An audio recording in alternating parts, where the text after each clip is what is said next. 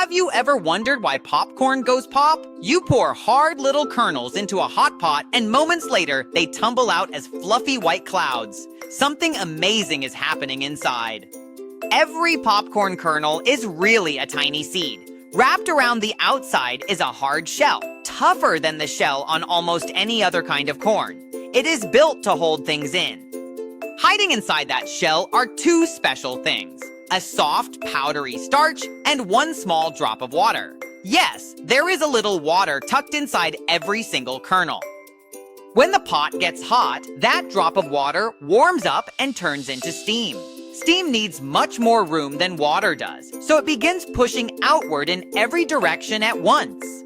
But the tough shell will not let the steam out. It squeezes back, holding tighter and tighter, until the whole kernel is packed as full as it can possibly be. At last, the shell cannot hold on any longer. It splits wide open with a loud pop. That happy sound is the steam rushing free all at once. And here comes the best part. The soft starch billows out and puffs up almost 50 times bigger. The kernel turns completely inside out, like a jacket flipped in a hurry.